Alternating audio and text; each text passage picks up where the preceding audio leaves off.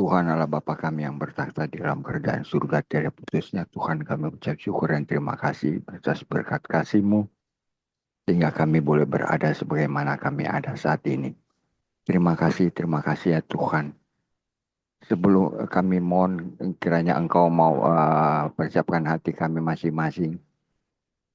Kami mohon ampun atas dosa salah kami ya Tuhan. Layakan kami untuk bisa mendengarkan berita firman-Mu, dan kami bisa mempraktekkan di dalam sisa hidup kami. Terima kasih ya Tuhan atas berkat dan kasih-Mu ini. Kami berdoa dan bersyukur di dalam nama anak-Mu Yesus Kristus, Tuhan Juru Selamat kami yang hidup. Amin. Amin. Terima kasih Pak Kuang. Selanjutnya mari kita mendengarkan pembacaan firman Tuhan. Kita mulai dari Ibu Veronica.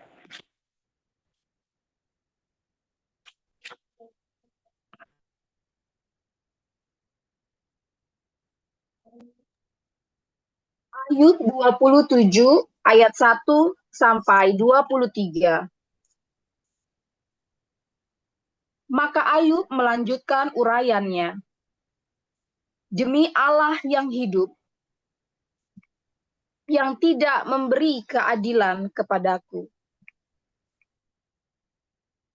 dan demi yang Maha Kuasa, yang memedihkan hatiku, selama nafasku masih ada padaku, dan roh Allah masih di dalam lubang hidungku, maka bibirku sungguh-sungguh tidak akan mengucapkan kecurangan, dan lidahku tidak akan melahirkan tipu daya.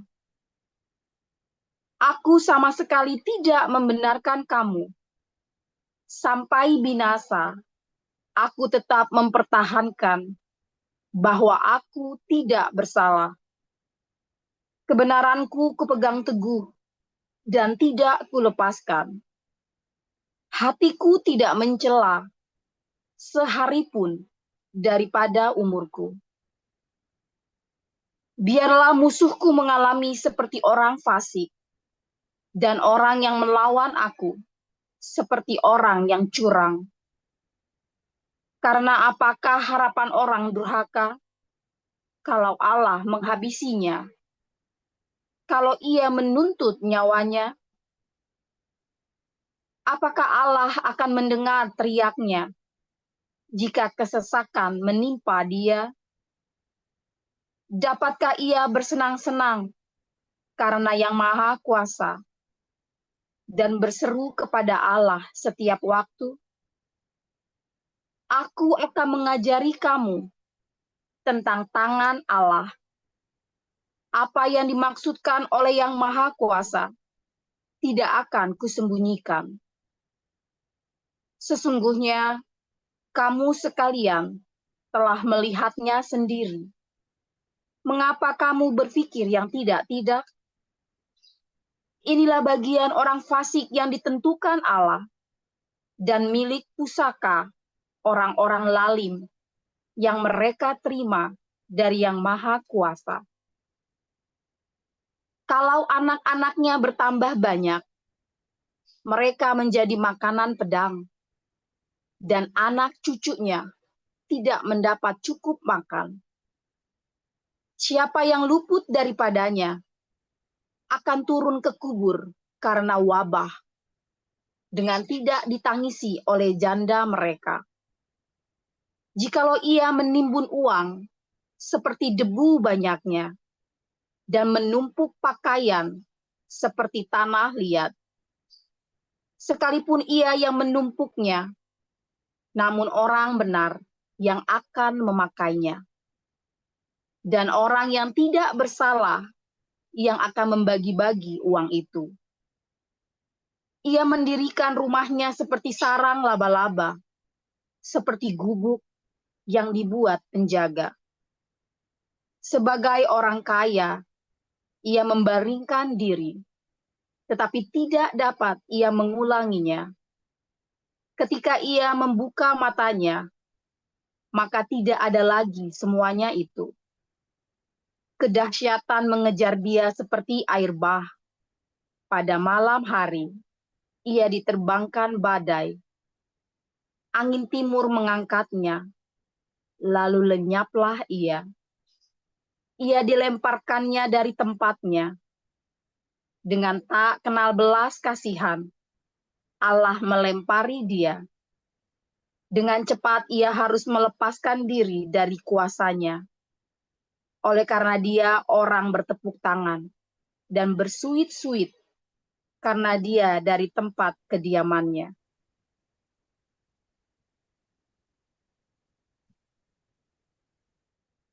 Baik, saya lanjutkan dari Matius 7.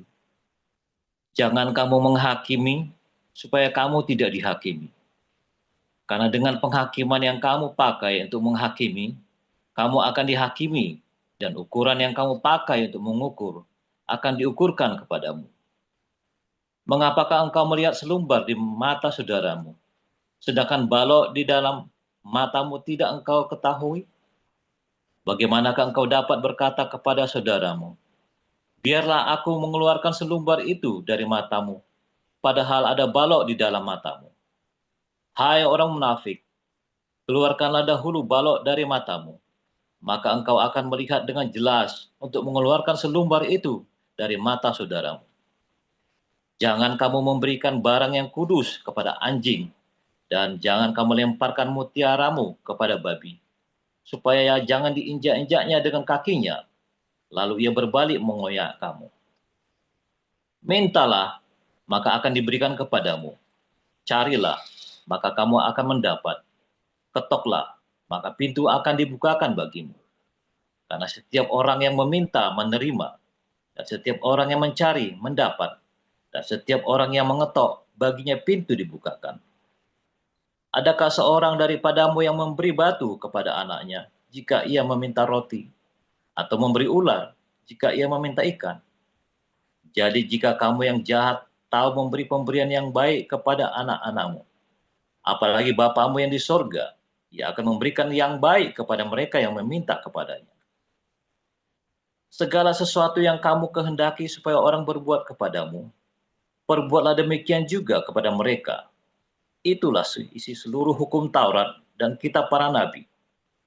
Masuklah melalui pintu yang sesak itu, karena lebarlah pintu dan luaslah jalan yang menuju kepada kebinasaan, dan banyak orang yang masuk melaluinya.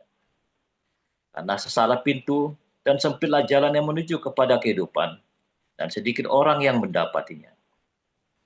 Waspadalah terhadap nabi-nabi palsu yang datang kepadamu dengan menyamar seperti domba, tetapi sesungguhnya mereka adalah serigala yang buas.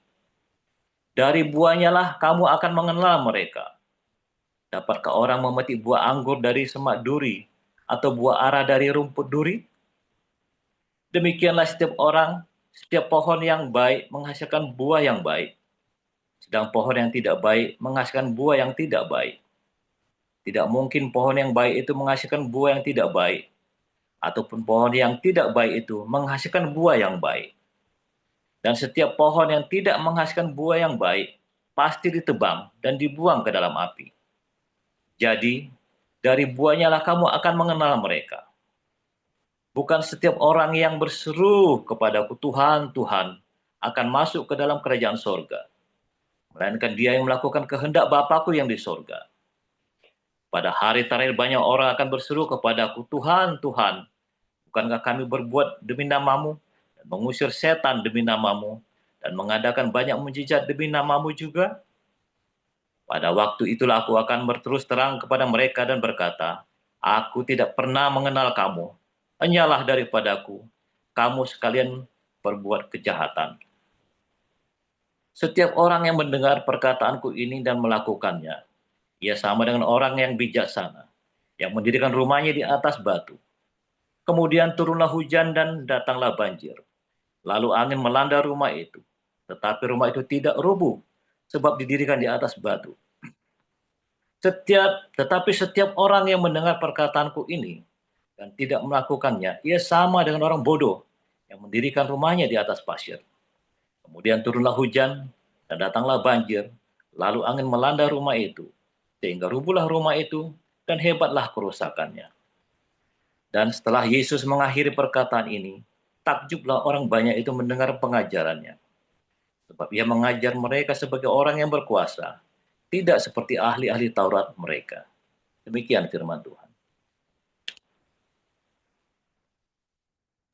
Ya, terima kasih untuk para lektor, Ibu Veronica dan Pak Apul Siaan. Kini kita mendengarkan renungan firman Tuhan yang akan disampaikan oleh hambanya, Gembala Pastor Jose Paul Zhang. Ya, temanya pada kesempatan ini, saudara-saudara, rumah di atas pasir. Nah, seperti apa nanti permenungan kita tentang rumah di atas pasir? Langsung kita dengarkan paparan dari Pastor Paul. Iya, silakan Pastor. Haleluya, firman Tuhan selalu baru setiap hari ketika kita menantikan Tuhan dengan penuh cinta, dengan penuh pengharapan yang benar. Dengar firman Tuhan, lakukan. Dengan firman Tuhan, lakukan. Dengan demikian kamu akan membangun rumahmu, rumah yang benar. Ya, bangunan iman kita itu adalah sebuah rumah, saudara ya. Sebuah rumah bagi Roh Kudus yang tinggal di dalamnya. Banyak orang ya punya firman Tuhan di dalam hidupnya, tetapi dia bangun di atas dasar yang rapuh. Mengapa? Karena ketika dia dengar firman Tuhan, ia cuma buat senang-senang saja. Banyak orang senang sekali mendengar firman Tuhan, banyak orang suka dengar yang baik-baik, diskusi firman Tuhan, ya debat firman Tuhan, ya okol-okolan sampai pagi kayak saya dulu ya. Saudara, ketika saya itu baca Alkitab itu rajin tuh dari SD ya, sudah rajin baca Alkitab. Mau nakal, mau kelahi, pokoknya saya tetap baca Alkitab. Aneh ya, saudara ya. Nah, saya SMA juga sama ya. Saya rajin baca Alkitab. Memang dari dulu saya rajin baca Alkitab. Sampai hari ini saya masih rajin baca Alkitab. Ya, udah 10 kali saya baca Alkitab itu ya. Tahu udah berapa kali diulang-ulang ya. Pokoknya saya senang aja baca Alkitab. Tapi terus, sama ya, kalau ada buku-buku baru, ya ada buku-buku yang terbaru pokoknya ya, tulisannya Benny Hinn lah, Maurice Cerullo lah, saya paling demen itu saudara ya. Saya baca dulu, ya, entah pinjem, entah beli, saya nggak punya duit aja, uang sakunya buat beli buku baru, saudara ya. Senang sekali kalau ada buku baru. Ya, itu saya baca bukunya Benny Hinn, Selamat Pagi Roh Kudus, itu sampai kusut itu bukunya itu. Pokoknya yang gitu-gitu lah bacaannya ya, hingga knowledge-nya bertambah. Salah lagi knowledge-nya banyak yang salah hari ini. Waduh, kok salah semua. Taunya salah dari mana, saudara? Ketika saya tengok kembali, nah pertamanya ya saudara ya, ketika kita mendapat pengetahuan itu ya, kita senang tetapi kita nggak lakukan tuh. Yang pertama itu ya, kita senang dengan firman Tuhan, tapi kita nggak lakukan. Kita cuma senang diskusi, senang debat, senang okol-okolan dengan firman Tuhan. Rasanya kalau kita sudah tahu firman Tuhan, rasanya paling dekat sama surga.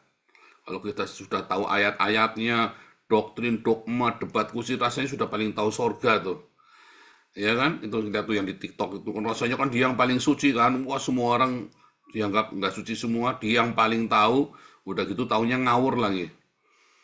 Ya, udah tahunya ngawur, udah merasa paling suci itu ya. Ada yang siapa yang nantangin orang-orang itu ya, rasanya paling suci, entah sekolahnya teologinya di mana, empuh.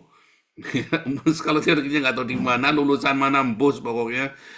Ya mungkin nggak sekolah teologi juga, ya, tapi rasanya paling hebat. Ya, saya ini kenal sama David Wood, ya cuman kenal. Ya saudara ya, kenal. Apakah penting saudara? Kamu hebat nggak kalau kenal sama David Wood? Kamu kenal sama saya hebat nggak, saudara? Enggak lah. Ya, kamu kenal saya itu enggak hebat, saudara.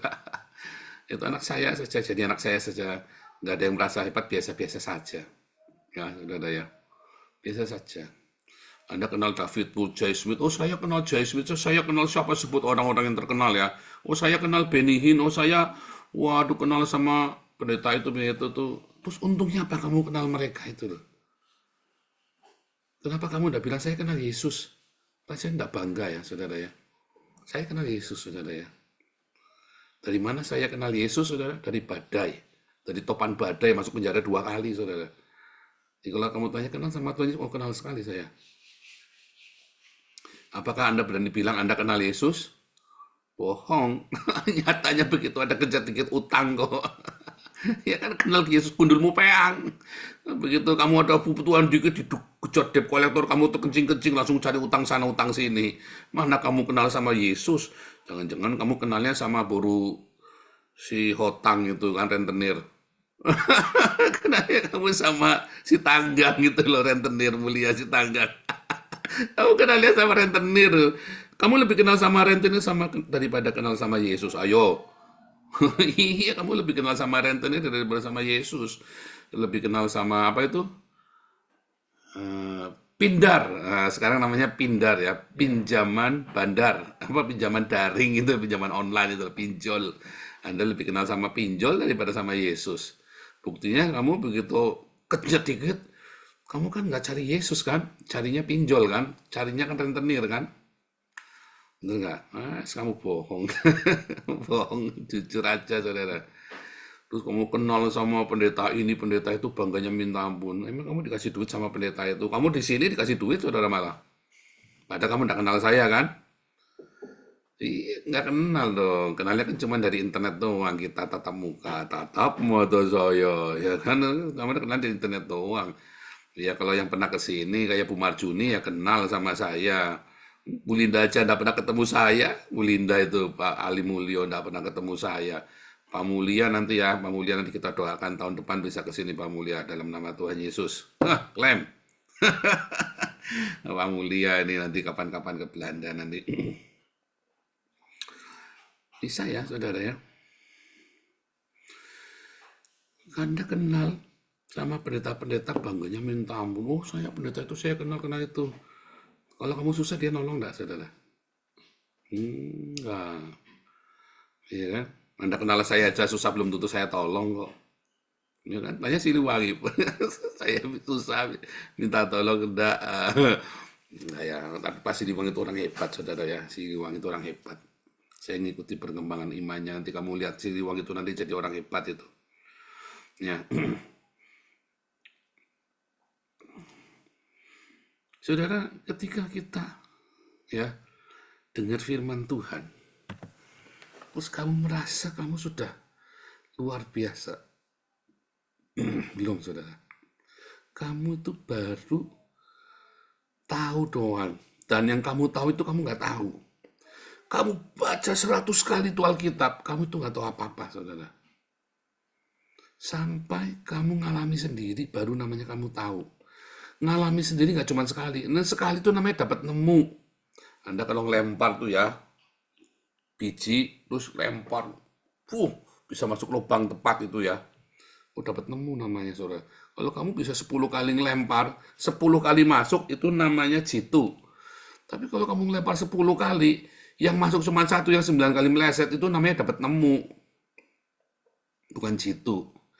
Anda tahu firman Tuhan, kalau Anda tidak pernah melakukan, namanya Anda nggak tahu apa-apa. Sampai Anda melakukan, dengar lagi, lakukan, dengar lagi, lakukan. Walaupun Anda nggak tahu, kamu dengar, lakukan, lama-lama tahu. Orang kalau kerja di pabrik, kerjanya cuma masukin sedotan ke botol misalnya kan. Jadi cuma lempar masuk. Pertama dia harus satu-satu masukkan. Lama-lama dia sambil nengok ke sana aja, sambil masuk-masukin gitu, lempar begitu saudara ya. Masuk dia. Kenapa? Karena dia lakukan terus. Kamu ngapain sih? Embuh, pokoknya saya kerjanya masukkan sedotan ke botol. Lama-lama dia merem aja gini, lihat saudara ya. Cakatam, lakukan. Yang dia tahu tuh dia lakukan terus. Ya, bahkan ada beberapa orang ya, orang-orang saking ahlinya ya, dia melakukan perulangan. Ya, dalam industri itu biasanya begitu ya, perulangan itu penting supaya kerjanya cepat. Melakukan perulangan. Sama saudara, kamu kalau firman Tuhan, yang kamu tahu itu teorinya kamu kudu lakukan terus. Belajar matematika juga sama saudara ya. Kamu nggak dosen ngerjain ya, guru kamu ngajari matematika. Ngerti. Begitu kamu ngerjain dikasih soal belum tentu kamu bisa loh. Kamu kudu dilakukan terus, latihan terus. Firman Tuhan itu harus kamu latih terus saudara. Kalau kamu lakukan firman Tuhan terus menerus, lama-lama kamu bukan tahu, tapi kamu ngerti. Pertama kan tahu, dikasih tahu. Itu aja kamu belum tahu loh. Yang kamu tahu itu belum tentu kamu tahu loh. Orang kamu membaca 10 kali sambil ngantuk kok. Baca Alkitab sambil ngantuk, dengarkan khotbah juga sambil ngantuk.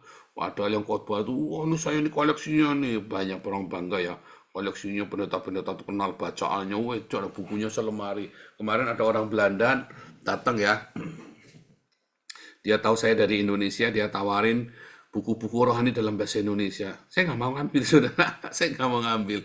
Dia sekir rumah. Nanti saya bingung buangnya, ganjel pintu apa, rumah saya udah penuh. Masih, kenapa nggak mau? Ini kan buku rohani hebat. Saya mau jawab apa? Ya itu teologinya nggak sama-sama saya, kan sombong nanti saudara ya. Terus saya tante bawa masuk, tak tunjukkan lemari saya. Bukunya bahasa Ibrani, bahasa Yunani, ya buku-buku semua itu ya. Terus saya lihat, ini buku saya. Kamu kalau kasih, saya tidak suka teologi kontemporer. Saya bilang begitu ya. Kontemporer itu yang tulisan-tulisan kontemporer ya. Bacaan saya ya ini. Saya nggak mau baca-baca begitu. Saya kalau baca-baca begitu cukup dari e-book saja. Saya bilang begitu ya. Kalau nggak dibilang sombong, saudara ya. Kamu nggak mau, sayang sekali. Dia maksa, saudara ya. Karena dia bingung mau dibuang juga sayang. Saudara, banyak sekali buku-buku yang ditulis. Ya. Terus ditulis, terus buat apa, saudara? Dulu saya senang baca-baca buku itu ya. Buku yang kesaksian-kesaksian, doa begitu ya. Dulu saya suka baca begitu. Tapi lama-lama saya melihat ya, saudara ya. Orang murtadin, kesaksian. Terus dia bilang, ya ini karena di Al-Quran juga dikatakan Shiratal Mustaqim, ikutlah jalan yang lurus. Oh, Nabi Isa adalah jalan yang lurus. Nah itu ngawur-ngawur semua itu orang-orang ini. Siapa yang bilang Nabi Isa itu jalan yang lurus? Lalu Muhammad sudah jelas bilang Nabi Isa itu tidak disalib, tapi diserupakan. Loh kok kamu masih mau ngeyel Nabi Isa itu jalan yang lurus? Itu ya. Banyak sekali pengetahuan-pengetahuan yang sebenarnya kamu nggak tahu. Yang kamu pikir pengetahuan itu ternyata pengetahuan yang kamu tidak tahu. Yang nggak tahu, sebenarnya salah intinya gitu loh. Tapi yang paling penting dari semua pengetahuan itu, kalau kamu tahu, terus buat apa? Apa yang kamu tahu itu buat apa, saudara? Kalau kamu baca sesuatu ya, pengetahuan itu buat apa? Kamu debat kusir itu tunggal wanes, buat apa? Setelah itu buat apa coba? Kalau kamu tahu gunanya, debatlah. Ya. Kalau saya mengajari, setelah kamu tahu ini, tak kasih tahu nih, gunanya buat ini nih. Kalau kamu tahu ya tentang segala macam nih, kita ada kelas menjawab Islam. Buat apa? Buat debat kusir? Bukan. Supaya kamu tahu, kalau kamu tahu yang saya ajarkan ke kamu, itu akan memulihkan hidupmu loh. Saya ketika ya 10 tahun yang lalu saya tinggalkan 2014 saya kembali kepada Tuhan. 2015 saya masuk perdebatan iseng. Cuma debat kusir begitu, saudara. Pertamanya saya berpikir apa? Debat kusir. Lama-lama, kenapa nggak saya lakukan ya? Saya bilang Tuhan Yesus Maha Pencinta, di Kristen itu ajarannya mengampuni musuh 70 kali 7 kali. Di situ dikatakan segala sesuatunya hanya oleh karena Tuhan Yesus. Ada kuasa di dalam Tuhan Yesus. Kalau ada kuasa, kenapa saya harus panik ya? Kenapa harus saya takut ya? Terus saya lakukan, tenang. Kristen mengajarkan cinta kasih. Kenapa saya kasar, saya ngol bacok ya? Tak lakukan, saudara. Pertamanya saya cuma debat kusir masuk itu ya. Orang saya sudah mundur dari kependetaan saya, kok saya sudah serahkan kok. Saya sudah menyatakan mundur. Tetapi waktu saya mulai debat itu lagi ya, saya ini ngerti ya. Karena saya banyak baca Alkitab. Terus saya mulai ngamatin mereka. Terus buat apa yang saya tahu? Terus saya debat apa yang saya debat kusir ya? Terus saya nulis buku segala macam ya. Nah, setelah saya nulis itu, saya pikir kenapa nggak tak lakukan ya? Terus ketika saya nulis buku Kilafatra itu, saya tersingkap tentang padang gurun itu ya. Saya tuh mengerti teologi padang gurun itu dari nulis buku Khilafat terakhir tuh. Ya saya nulis apa, tapi gara-gara saya nulis ngikutin perjalanannya bangsa Israel itu ya. Saya tuh jadi ngerti teologi padang gurun tuh, saudara. Disitulah saya terbuka ya tentang padang gurun. Nah, mengenai padang gurun itu, kemudian saya baru tuh tak lakukan. Akhirnya bukan cuma tahu, mengerti. Oh iya begini, bukan cuma ngerti. Akhirnya saya sel-sel tubuh semua merasuk ya saudara ya, merasuk dalam tubuh saya.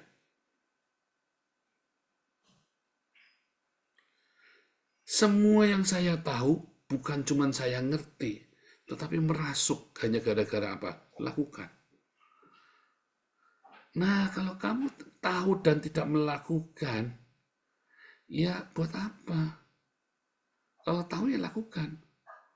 Kalau Tuhan ajari kamu percaya, jangan utang, ya jangan utang. Percaya, Tuhan akan sediakan. Mati-mati kamu coba. Loh, kalau lapar gimana Pak? Kalau nggak ada duitnya, iya berarti ada sesuatu.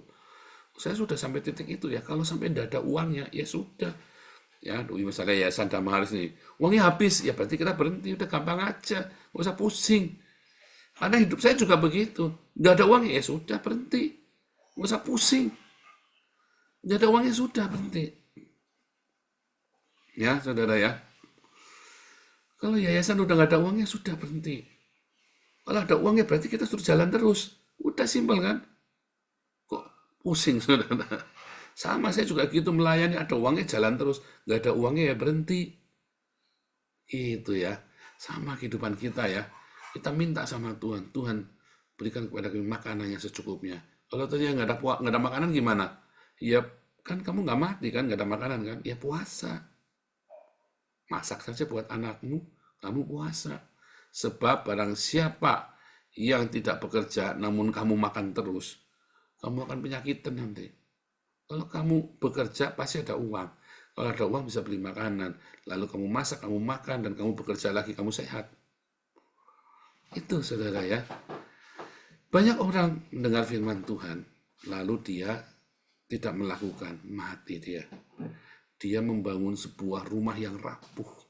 Makanya di padang gurun, angin topan badai menghancurkan dia, meremukkan seluruh hidupnya. Nggak heran kamu remuk, kamu hancur, kamu mati di padang gurun. Karena kamu tidak melakukan firman Tuhan. Kamu ada yang dengar firman Tuhan, bagus ya, oh menguatkan, oh ya menguatkan. Tapi kamu tidak lakukan. Hidup dalam kekudusan, wajar hebat, ya saya akan hidup. Tapi kamu tidak melakukan. Aduh, saudara, saya kadang-kadang lihat ini orang ya, udah dengar firman Tuhan, saya sampai gedek-gedek. Ini orang sudah dengar firman Tuhan, kok udah dilakukan ya? Aneh ya, dikasih tahu, kalau kamu ribut sama orang, jangan jelek-jelekin orang. Bandel. Kalau lagi ribut sama orang, tutup mulutmu. Biar Tuhan yang bela kamu. Bandel. Iya kan? Nah, itu ya. Itulah masalahnya. Kita dengar firman Tuhan, kamu tidak melakukan. Nah, yang kedua, saudara, kamu dengarnya salah. Kacau ini kalau dengarnya salah. Kamu dengar firman Tuhan, tapi itu nggak ada di Alkitab sebenarnya. Itu kata pendetamu. Nah, di dalam Kisah Rasul 17 ada jemaat Berea namanya. Jemaat Berea itu kalau ada orang datang ngasih tahu ini, ngasih tahu itu, dia cek lagi di Alkitab, benarkah tertulis demikian? Jangan-jangan cocokmologi lagi. Jangan-jangan cocokmologi, benarkah tertulis demikian? Nah, saudara hati-hati. Yang pertama tadi, kamu dengar firman Tuhan, kamu nggak lakukan. Yang kedua, kamu mau melakukan, tapi yang kamu dengar firmannya salah. Pendetanya ngajari salah. Loh, saya juga begitu, saya sudah lakukan. Kamu kalau tanya sama saya, perpuluhan ke gereja, saya nggak perpuluhan lagi. Saya kalau ngasih ke gereja dulu itu ratusan juta, saudara. Sungguh, saudara, saya nggak bohong. Ya, zaman saya masih ya penghasilan saya cukup lumayan ya. Saya kalau ngasih gereja itu, kalau bilang ngasih itu bisa puluhan juta, ratusan juta, saudara. Edan saya dulu dia. Goblok, saya pikir dengan ngasih puluhan juta ke ratusan juta ke gereja itu, saya akan sukses. Enggak, saudara, saya dikadalin sama pendetanya. Suatu ketika ada seorang rekan saya, pengusaha, ya dia punya istri, tapi dia punya gendakan, punya gundik. Saya tahu persis karena saya sering diajak sama dia. Ya, kalau dia pergi-pergi itu, dia suka ini ya, saya pergi sama Paul supaya istrinya percaya, kurang asem saudara ya, padahal dia pergi sama gundiknya. Nah, saudara, orang ini nasihatin saya nih. Saya bilang, dia enggak ya, wah saya perjuangannya berat sekali. Pak Paul, kasih buat diakonia Pak, buat anak-anak miskin Pak. Oh, saya kasihkan perpuluhan di gereja, Pak. Oh, percuma, Pak. Kasih ke gereja itu percuma, dia bilang. Dia ini orang gerejanan juga, saudara ya. Gundikan juga, orang gerejanan juga. Tapi bilang, jangan, Pak. Kasih ke diakonia, Pak. Dia punya gundik, saudara ya. Dia kasih diakonia, dia rajin ngasih ke panti asuhan. Tapi dia punya gundik. Saya sudah praktek, Pak. Kasih ke panti asuhan, kasihkan ke orang-orang miskin, orang-orang lapar, ya. Itu tuh lebih berhasil, Pak. Ternyata orang-orang seperti gini ini malah lebih tahu ya cara ngakali Tuhan. Bukan kasih ke gereja, kalau kasih ke gereja, pendetamu nanti beli limosin baru, beli pesawat jet pribadi, beli Louis Vuitton, saudara. Kalau kamu kasih buat diakonia, buat kasih makan orang miskin, kamu akan diberkati. Lah yang ngajari pendetamu ngajari salah. Berikan buat Tuhan adalah berikan buat gereja. Salah, saudara. Kalau gerejamu berdiakonia, kasih makan, beri buat Tuhan, kasih ke gereja, itu benar. Supaya di rumahku jangan selalu ada persediaan makanan. Tapi kalau kamu kasih Pak Pendeta, ya, uangnya, dan Pak Pendeta tidak berdiakonia, ya kamu sedang dikadalin sama Pak Pendeta. Oh, saya mah nggak urusan. Kalau sudah ngasih saja, ya nggak apa-apa. Makanya sebenarnya kamu sedang pengen cari muka sama Pak Pendeta. Ya kan? Sebenarnya kan begitu kan. Apalagi kalau pendeta terkenal, supaya kamu dikenal, kamu kasih yang banyak tuh. Kalau enggak, kalau kamu kasih Pak Pendeta terkenal cuma 10 juta, oh iya, dikasih senyum Tuhan Yesus memberkati. Coba kamu kasih 100 juta, senyum lebar, wah haleluya, didoakan tiap siang malam, saudara. Coba kamu kasih 1 miliar sama Pak Pendeta, kucingmu mati pun dia layak, saudara. Ya, kalau perlu dia kasih pemberkatan anjingmu kawin, diberkati sama Pak Pendeta. Iya kan? 1 miliar ya. Kamu kasih saya juga gitu. Kamu kasih 1 miliar, anjingmu kawin tak berkati, saudara. Intinya, dengarlah firman Tuhan yang benar. Kalau sudah dengar, lakukan. Nanti imanmu kokoh, bangunan rumahmu. Kamu masuk tanah perjanjian. Di tanah perjanjian kamu tidak gampang goyah. Kamu melimpah dengan susu dan madu. Ya, dengar firman Tuhan yang benar, lakukan. Ya, kalau ada pendeta nawari, ini anjingmu kawin tak berkati, asal ngasih 1 miliar, jangan percaya, saudara. Mendingan duitnya kasih ke saya. Ya, buat kasih makan orang-orang miskin. Tuhan Yesus memberkati. Haleluya.